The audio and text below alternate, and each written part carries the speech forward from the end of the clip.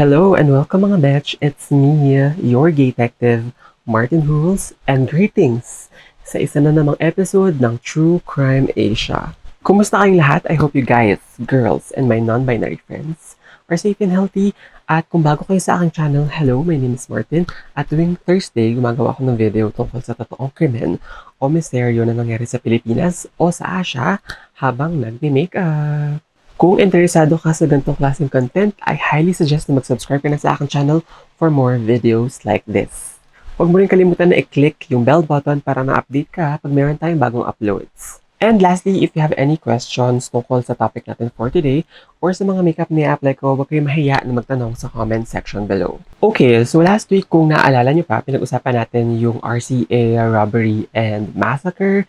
And today naman we are going to talk about the case of Junko Furuta. Shoutout nga pala kay Makeup Tutorial for recommending this case.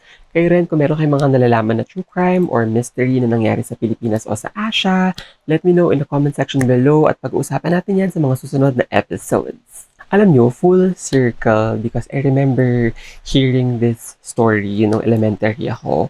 And now, many years later, I will tell her story here on my channel. And I have the same reaction kahit ilang years na yung nakalipas and still sick to my stomach. Kaya naman, trigger warning, take it away. Babala. Ang mga susunod na imahe, istorya at description ay maaari makapagdulot ng takot. Huwag magpatuloy kung kinakailangan. Nangyari yung story natin sa Japan noong 1980s. At that time, Japan was doing well economically. Yung unemployment rate nila went down to 4%. And ito rin yung rise ng bold and over-the-top street fashion called Harajuku style. Dahil short background lang, in the early 1980s, local youths would started blending their Japanese attire with Western fashion and magagather sila sa Harajuku district in Tokyo to flaunt their style. It's a unique and interesting fashion movement, kaya naman I say work. Anyway, related ba ito sa topic natin for today? Hindi.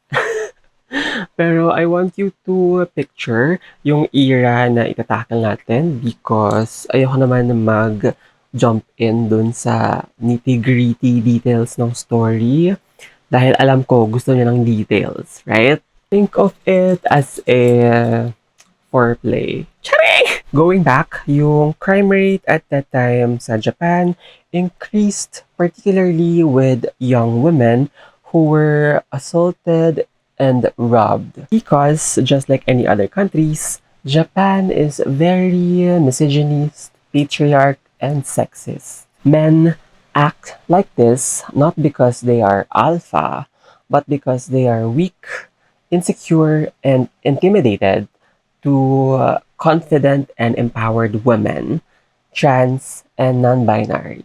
Alpha male is a myth, for God's sake, okay? And kung hindi kayo naniniwala sa akin, look how many angry comments from alpha male at mga taong nagsusubscribe sa ideology na to ang nag-comment below or sa mga ibang videos who screams pussy power because they consider effeminate or feminine below them, submissive and weak. Pag walang nag-comment, ibig sabihin I raised you all well. Anyway, it's up for another topic or video, but I think it's important na pasadahan natin ito dahil clearly yung power dynamics plays a big role sa case natin and it's important para somehow we can unlearn this toxic cycle. But let's focus on our topic, which is si Junko. Junko Furuta was born on January 18, 1971. Meron siyang dalawang kapatid, one older and a younger brother. There's no information about her mom, but yung pangalan ng kanyang father is Akira Furuta. She was a young 5'3" teenage girl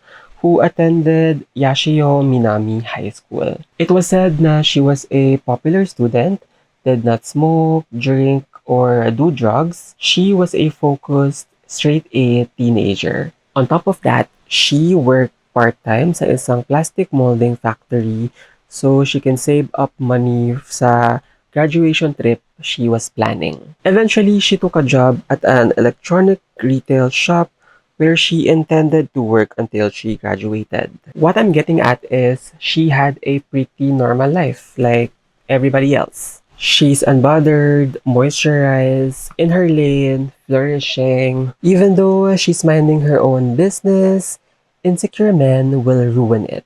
Correction for this topic, not insecure men, but more likely insecure boys. Enter to the scene this prick Miyano Hiroshi.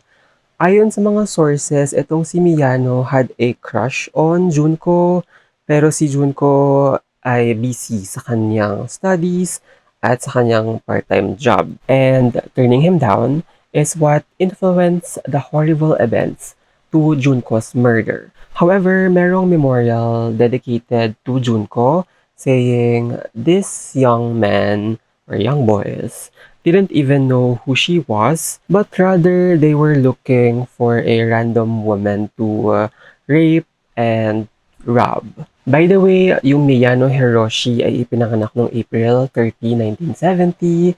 Isa siya sa mga classmate or schoolmate ni Junko who earned a reputation na school bully. He often hung around Minato Nobuharu, Ogurajo, and Yasushi Watanabe. All of them, including Junko, are teenagers. Their age range from 16 to 18 years old. Literally, in mga gantong edad, naglalaro pa ako sa kali at hindi ako mahihiyang sabihin yon. Oo. Because I'm such a baby and late bloomer tayo. Yes, tsare. Apparently, itong mga ito ay iba ang laro nila.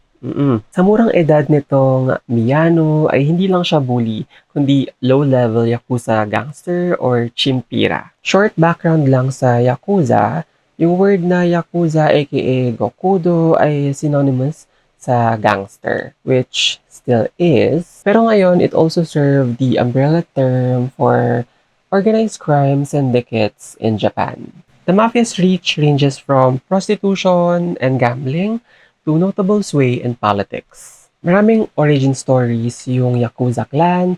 Some claims to descend from the Honorable Ronin or Wandering Samurai who served a Robin Hood type of purpose. Yung iba namang samurai terrorized villages called Kabukimono. During World War II, Yakuza organization gained foothold into society when nationalistic opinions were on the rise. This gave them access to politicians, which sometimes meant eliminating their allies' political opponents. Tulad na lang nung 2007 assassination ni Mayor Icho Ito ng Nagasaki. Although nag-decline yung number ng Yakuza members nung na-implement yung Anti-Boryokudan Act in 1992, yung Japanese National Police Agency estimated noong 2001, approximately 12,300 Yakuza members were still engaged in illegal activities, and it's possible that their number could be higher. Anyway, going back, ito yung nangyari noong November 25, 1988. Around 8:30 p.m., si Junko sakay ng bike niya galing sa part-time job she tended after her school, rode past some bushes when all of a sudden si Minato Nobuharu popped out and kicked her off her bike. And then he ran away. Then si Miyano Hiroshi took this opportunity to pose as savior. Tinulungan niya itong makatayo and offered to walk her home. As they were passing by an abandoned warehouse, biglang nagbago yung attitude nitong si Miyano and began forcing Junko sa abandonadong bodega. And katulad ng ibang tao, when something was off, mararamdaman mo agad, diba?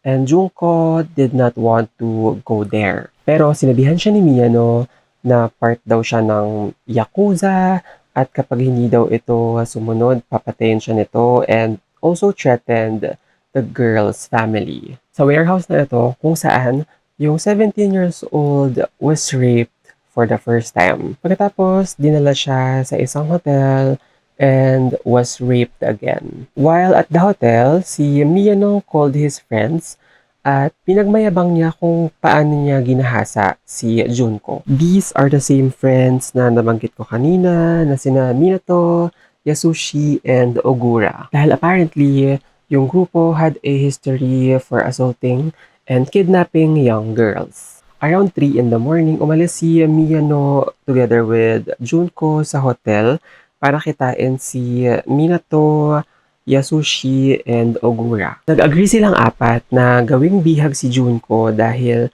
pag pinakawalan nila ito ay baka magsumbong sa pulis. Kinalkal ng mga binatilyo yung bag ni Junko and discovered a notebook with her home address in it. Kaya sabi ng apat, dadalhin nila si Junko somewhere at alam na nila kung saan ito nakatira.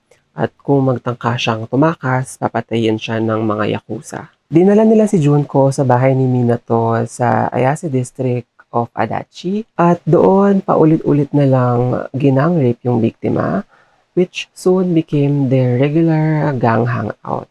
Yung parents niya reported that she was missing after sabihin ng amo ni Junko from her part-time job na hindi ito pumasok sa shift. Pero her parents were able to report her disappearance to the police 2 days after. The boys forced Junko to call her parents to assure them that she was fine and told them that she was staying with friends. And her mother said that she sounded breathless on the phone and told her not to worry, that she would be back soon. Unbeknownst to them, this would be the last time they would hear their daughter's voice. At dito na nag-start yung almost 40 days na kalbaryo ni Junko. Nangyayari itong abuse dun sa bahay nung Minato, right? Well, yung parents nung Minato discovered yung presence ni Junko nung bumisita sila sa hideout nung grupo. And Junko was told to pretend that she was one of the boys' girlfriend. At some point, it became obvious that she was being held captive. Pero yung parents ni Minato were terrified to report their son dahil alam nila yung involvement nito sa gang and Yakuza. At yung takot nila na yon led to Junko's imprisonment.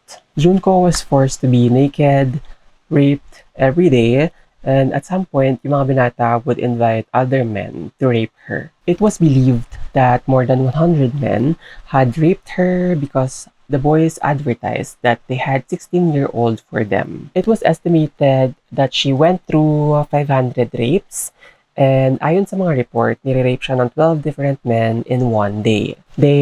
Yung mga rapists enjoyed urinating on her. She was forced to masturbate in front of them as a show para sa mga guests. She had also endured severe beatings. Hinampas siya ng golf clubs, bamboo sticks, sinusunog yung balat niya at inuumpog yung ulo niya sa simento. After all ng pinagagawa sa kanya, she still found the strength to call the police kapag meron siyang opportunity. Yung former detective na si Higashino Kelechi, who was in charge of Adachi Police Station outside Tokyo, remember receiving a brief phone call from a woman begging for help. Pero bago pa niya makuha yung address, naputol yung linya. A couple of weeks after receiving the call, yung mga police were approached by a 16-year-old Koichi Ihara and his older brother. Ang sabi ni Koichi, he was bullied into raping and torturing a woman held captive at one of his classmates' basement, and he named Minato's family complicit in their son's act. Kaya the police dispatched 2 officers sa bahay ng mga Nobuharu. However, they were informed that there was no girl inside. They even invited officers inside to do a thorough search, but the officers declined, believing that the invitation alone sufficient that there was nothing untoward to be found. Pero sa reports ng mga police, they mentioned that they did a preliminary search. Maaring takot din itong mga ito sa Yakuza or worse, they also raped Junko kaya hindi nila ginawa ng maayos yung trabaho nila. Anyway, yung condition and treatment kay Junko is getting worse. She had various objects being forced inside her vagina and anus, from bottle, iron bar, scissors, roasting needles, grilled chicken skewers, a hot lit bulb na ipinasok din sa kanya until it exploded inside. Nagpapaputok ng firecrackers sa kanyang anus, at yung kaliwang nipples niya were ripped off with pliers. At binabagsakan siya ng dumbbell sa sikmura. Ito ay habang nakatali siya sa sahig, and because of this, it caused a spinal damage to the nerve na nagkocontrol ng lower part of her colon that sends solid waste out of the body. Kaya she was unable to get herself to the bathroom. She was not allowed to shower and went many days with no food. Ginagawa rin nilang ashtray yung eyelids ni Junko. Pinapakain nila si Junko ng buhay na ipis. Pinapainom yung sarili niyang ihi at pinapakain yung semen ng mga rapist niya. She was forced to take drugs. Ibinibitin siya sa kisame to be used as a punching bag. Inilalagay siya sa freezer for several hours. Pinapaso ng hot wax at ng lighter yung eyelids niya. Tinutusok ng sewing needles yung breast niya. Her vagina and clitoris was burnt with cigarettes and lighter. Tinatanggal din isa-isa yung kuko niya. And yung perineum niya, which is yung thin layer between our genitals, was ripped off with scissors, which left her unable to defecate or urinate properly. Yung nasal cavities ni Junko were so clogged up with blood that she could not breathe through her nose. Her internal organs began to refuse to accept food or water, kaya sinusuka niya lahat. At kapag sumusuka siya at nadudumihan yung carpet nila, it would piss the boys off, and this gave them the reason to beat her as a punishment. She had severe leg burns and bruised muscle that left her unable to walk from all the tortures. Also, she couldn't handle anything with her hands because her bones were smashed with weights. She was also forced to sleep on a balcony exposed to cold temperatures since winter noong mga panahon na yon. She most likely suffered from hypothermia. Sa sobrang tagal at gruesome ng torture sa kanya, her eardrum was damaged and yung brain size niya was reduced. Nagmamakaawa siya na patayin na lang siya, but they would not grant her that peace. Yung dati niyang beautiful appearance had become so swollen after ng sobrang extreme na assault sa kanya, and a foul, rotting odor na nanggagaling sa kanya was so difficult for the gang to be attracted. And to regain their sexual gratification, yung mga binata kidnap and rape another girl who was 19 years old at that time na katulad ni Junko, pauwi na galing trabaho. Pero ang kinaibahan lang, after they were finished with her, pinakawalan siya. On January 4, 1989, they challenged Junko na maglaro ng mahjong and said pag nanalo siya, they would release her. Incredibly, she won dahil sobrang gusto niya makalaya. At sa inis ng grupo, they began their last attack na naglast ng 2 hours. They beat her in various ways, and yung isa sa kanila kicked her with so much force that she collapsed into a stereo and succumbed to a convulsive fit. They continued to beat her incapacitated body before dousing her entire body with lighter fluid and set her on fire. This led to her death enduring the 44 days of torture. Pagkatapos, they wrapped her body with blankets and placed into a traveling bag. Inilagay ito sa 55-gallon drum at tinabunan ito ng semento and dropped it sa abandoned empty lot around 8 a.m.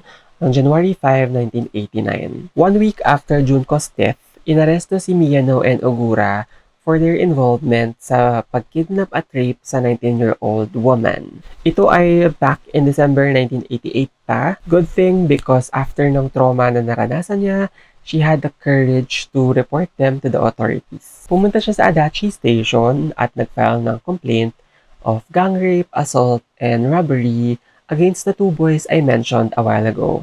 She told the police na juniors sa school niya yung mga perpetrators, and dinala siya sa Arakawa Waterfront Warehouse kung saan they sexually assaulted her and threatened to kill her and her family if she went to the police. And she did. So, you go, girl. During the interrogation about the case they were investigating, yung mga officers implied na si Ogura had told them about Miyano's committing a murder. Si Miyano immediately folded and confessed to torturing and murdering Junko. Na-surprise yung mga police sa confession na ito dahil they were pertaining dun sa kasong nawawalang babae at anak nito ilang days prior yung abduction ni Junko noong November 16, 1988. With this, yung katawan ni Junko was found the following day and was carefully extracted from the concrete.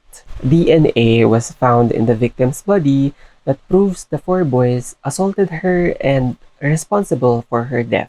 The trial began in Tokyo noong July 31, 1989 at katulad sa ibang bansa, Japan's juvenile justice system, yung mga minors have the right to anonymity. The Japanese juvenile law is geared towards rehabilitation and educating young criminals rather than carrying out strict punishment. However, yung Japanese weekly news magazine na Shukan Bushun published their names. Because yung magazine editor at that time na si Hanada Kazuyoshi, galit na yung name at pictures lang ni Junko yung nakakalat. Pero yung 4 na binata ay protected. Kaya isiniwalat niya rin yung identity ng mga may sala. In their April 20, 1989 issue, they claim, and I quote, "Brutes have no human rights." End quote. He was well aware of the repercussion that would follow as it violated juvenile laws. However, he noted that there were no penalty regulations in place to punish them. Yung 4 na binata were tried as adults in Tokyo District Criminal Court, pero they still receive special treatment reserved for minors. On July 20, 1990, a year later, all 4 boys pleaded guilty on body injury. They pleaded guilty sa pambubugbog kay Junko that resulted in death dahil unintended daw ito at accidental. During the sentencing, si Miyano Hiroshi, na 18-year-old at the time of the crime, had the highest sentence up to 17 years in prison, which the judge later increased to 20 years. Ito na yung pinaka-maximum number of years na kayang ibigay ng korte before life imprisonment. And then si Miyano later changed his name to Hiroshi Yokohama. Si Ogura Jo was sentenced 5 to 10 years in juvenile prison. Pinago niya rin yung pangalan niya to Jo Kamikazu. Si Minato Nobuharu changed his surname to Shinji, was sentenced 5 to 9 years. And lastly, si Yasushi Watanabe, 17-year-old, was sentenced 5 to 7 years in prison. Fast forward after lumaya ni Miyano, inaresto ulit siya noong 2013 for fraud but later released due to insufficient evidence. Today, he is an avid kickboxer and found himself a new interest. His organized crime ties and MLM or multi-level marketing schemes had made him wealthy as well. Si Minato naman was sentenced 4 to 6 years, additional sa 5 to 9 years na sentensya niya upon appealing the sentence. Yung parents at kapatid nito were not charged because they claimed they did not know this was happening under their roof. Ikinadismaya naman ng mga Furuta yung decision, pero they were able to win a civil case against the parents of Minato, close to $40,000 from the Nobuharus. Yung mother ni Junko suffered a mental breakdown during the trial. I mean, I would lose it too. Si Minato moved in with his mother after he was released. Later in life, he married a Romanian and moved to Osaka to start a family. Minato and his wife had a baby girl. They then relocated to Aizu City. Pero in 2018, he got arrested again for attempted murder and assaulting a 33-year-old man with a rod and knife. Si Ogura naman was released in 2004 after serving an 8-year sentence. He was adopted by one of his supporters. Later that year, he had allegedly renewed his contracts with the underworld. He was arrested for assaulting a 27-year-old acquaintance named Takatoshi Isono because Ogura thought involved itong guy sa girlfriend niya. He beat him, shoved him sa trunk ng car niya, drove from Idachi to his mother's bar in Misato, which is Junko's hometown, and continued to beat the man. During the 4-hour beating, allegedly tinakot daw ni Ogura yung lalaki by telling him he had killed before and know how to get away with it. During his trial for this case, Ogura admitted to the assault pero he denied that he'd referred to any previous murder or threatened the Isono. And pagkatapos, he served 7 years for this assault. Samantala, yung pang-apat na miyembro na si Yasushi Watanabe lang, yung walang records kung nakalabas na ba siya or na-involved ba siya sa ibang krimen. Unlike yung mga dati niyang grupo na laman lagi ng balita. Anyway, yung funeral ni Junko was held on April 2, 1989. Her previous employer offered her uniforms to her parents. Isa sa mga friends ni Junko offered a tender words during her memorial. Ang sabi, and I quote, "Jun-chan, welcome back.